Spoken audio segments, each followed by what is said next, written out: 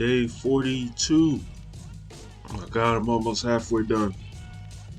The time of this challenge is actually starting to blow by pretty quickly now.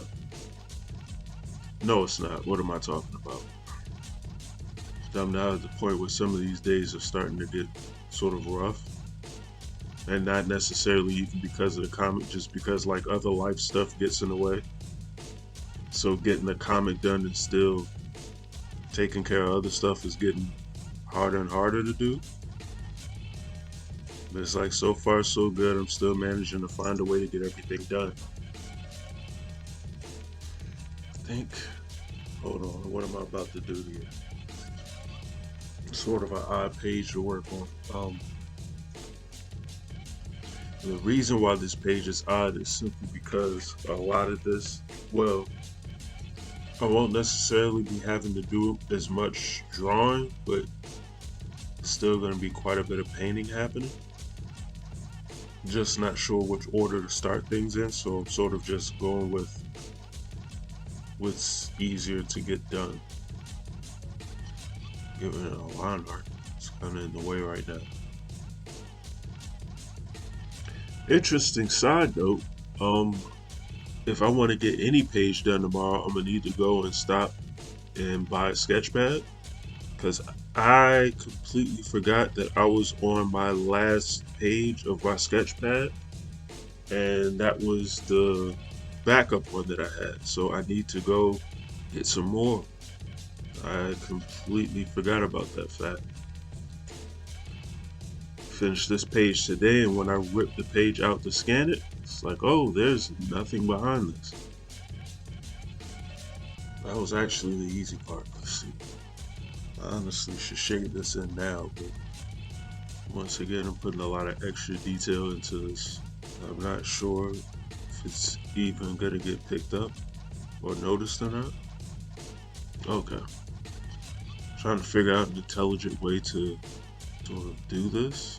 Like I said, this page was basically about to be a lot of background work. For right now, I guess I could leave that as is. And find Barry again.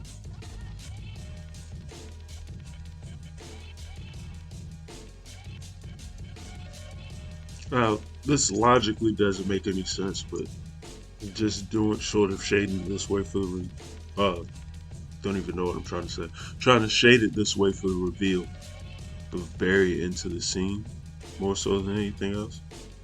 Just me shading it this way does not logically make sense at all. But I think we're going to start with the characters. It's probably going to be the easiest thing to knock out right now. It's not really going to require too much thought at the move. Let's just go ahead and start saving. Okay. Oh no! Stop all of that. Jesus Christ, I almost cropped the picture apart. I'm actually kind of getting away with murder in these couple pages. Having already had the background drawn, and because of the stationary placement of the camera, for now, I can get away with sort of using the image that I have of the background more than once. So I haven't really had to recreate it or draw it from a different angle or anything yet. So I basically have been able to get away with using the same image of an environment in my comic over and over without it really being stale.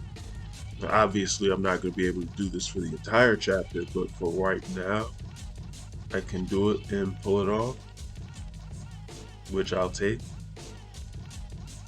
Say anytime you have a chance to be lazy and simplify your work, take it.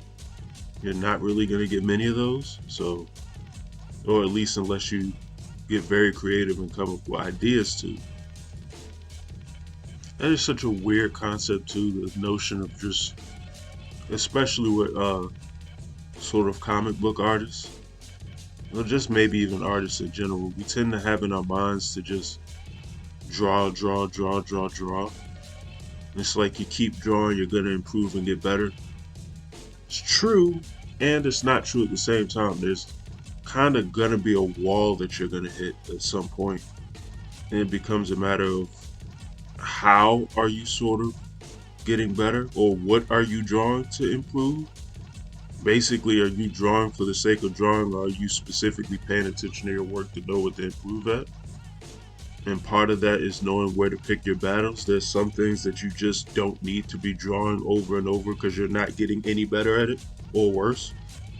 And when it comes to webcomics, a lot of us tend to redraw the exact same things over and over and over and over, even when it essentially looks the same every time we draw it on whichever panel we draw it on. And it's like, what are we getting out of this? Like, what are we getting out of drawing the exact same thing the exact same way numerous times in a comic? Just draw it one time, save it, and then reuse that one asset over and over when you need to.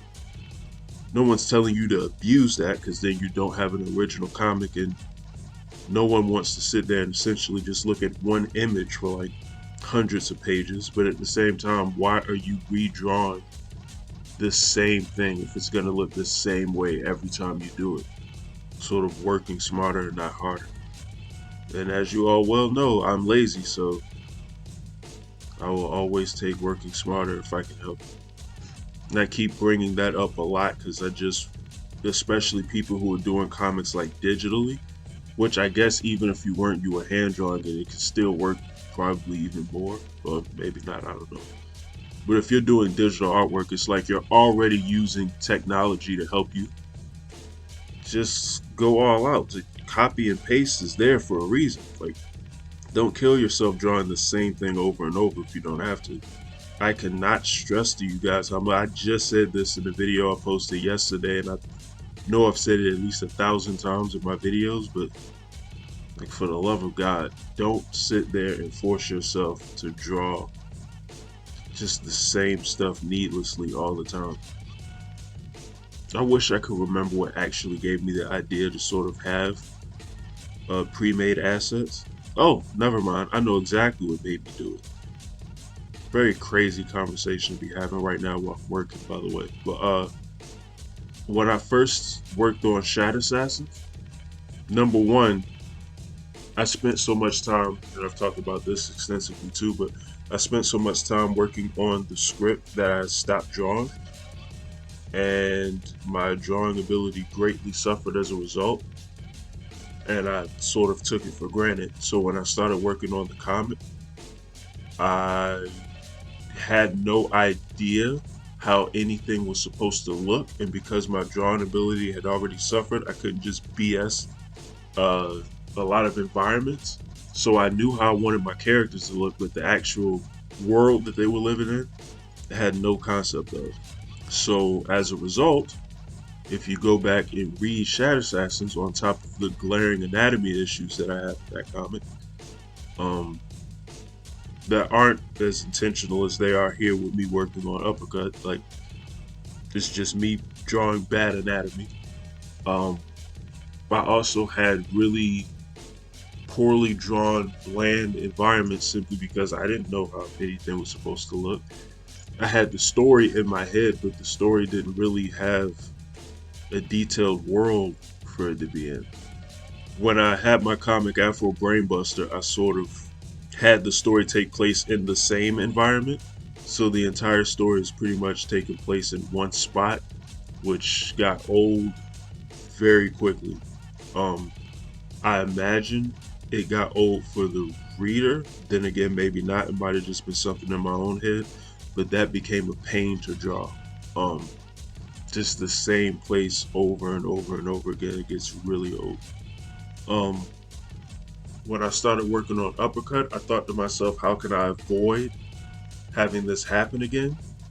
And the most intelligent thing that I could think of at the time was, what if before I even start actually making pages, while I'm in the beginning phase of my comic, why not just sort of wipe up a list of all the environments that I'll have in my chapter, sort of names, if I can name them anything, and then just kind of basically draw them.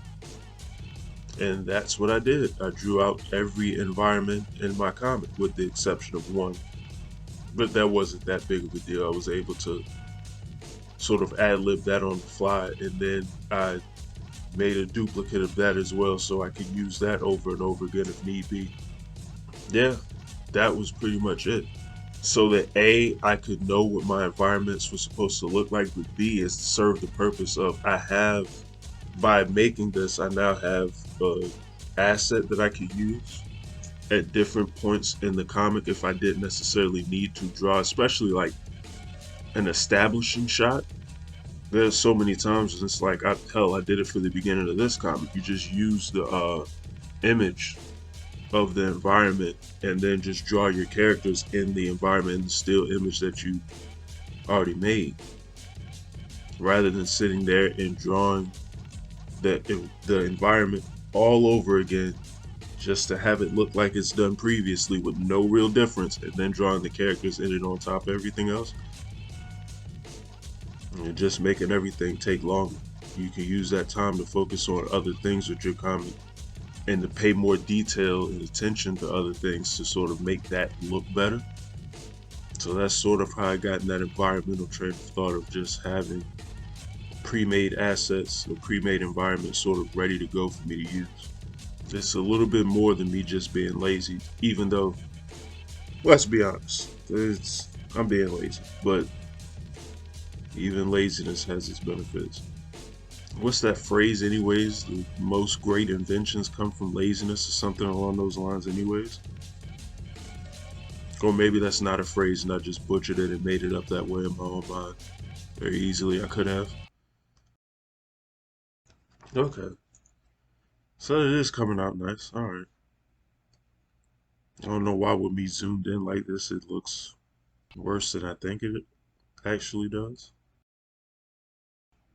Okay, if that actually came out exactly how I envisioned it, that rarely happens. Either get a video up tomorrow, well, make sure that I get a video up tomorrow, or I'm not going to promise that I'll do a live stream, but try to do something because tomorrow's going to be a pretty hectic day as well.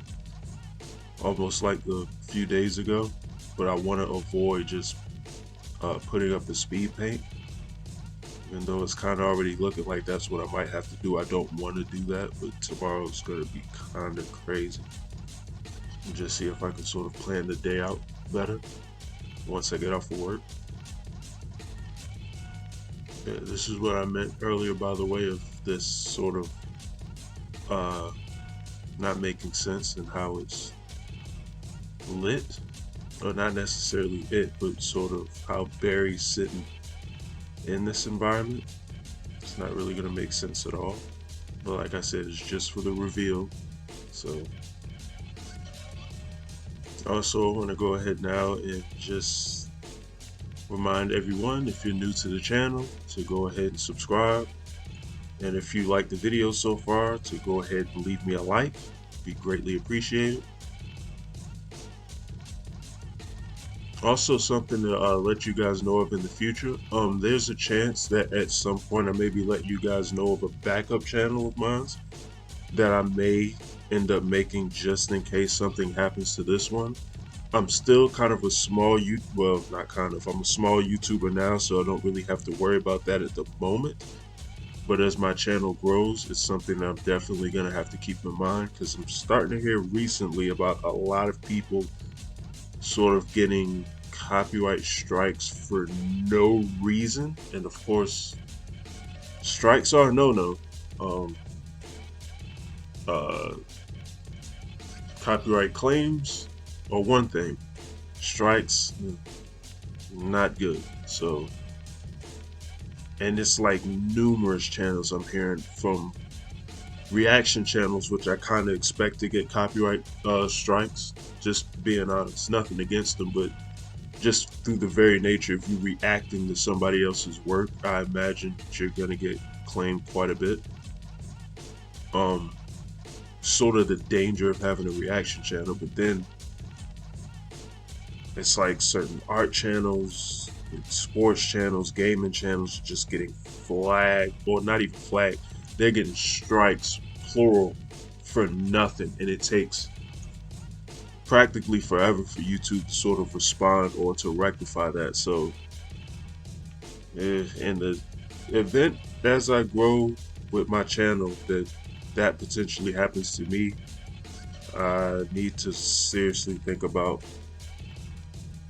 making a backup channel now to avoid that situation.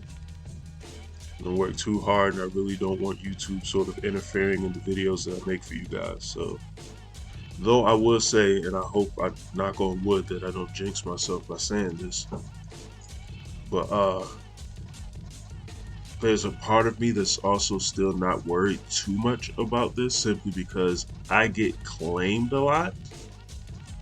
Because I make original content, I don't necessarily get strikes very often with my channel, so I shouldn't have to worry about too much, but things happen. Still can't be careful enough. Oh my god, I actually fixed that a lot. So now that visually makes a little bit more sense. Okay. See, now I'm starting to get extra already. It's been so long since I made this page, and I will probably have to go to like an extremely old YouTube video of mine, if I can even find it at this point, to see why I painted this environment the color I did. But I'm just looking at this. This is sort of Barry's little dungeon or sanctuary. It looks like I painted the environment to sort of fit his color scheme. I'm actually pretty proud of myself if I did that intentionally. Which, watch, I say that out loud. I'm gonna go back, I'm gonna look at an old video of mine, and it's just gonna be a pure coincidence that it's shaded this way. Which is a coincidence I'm willing to take, because like I said, it's actually pretty good if it is not intentional that the environment matches up with him so well. Am I finished? I'm trying to think. Let's take a good look out. Yeah, I actually think I'm done. So at this point, I just need to go ahead and ask the text. I don't know what I'll be asking the text, but I can go ahead and add the text to the page, and I'd pretty much be done. Which I don't think there's text in this page as much as there's just a bunch of onomatopoeia exclamation on this page. So yeah, I'm done. I'm gonna call it quits here. So you guys let me know what you think about the actual page itself, and you all have a good one, and I'm out.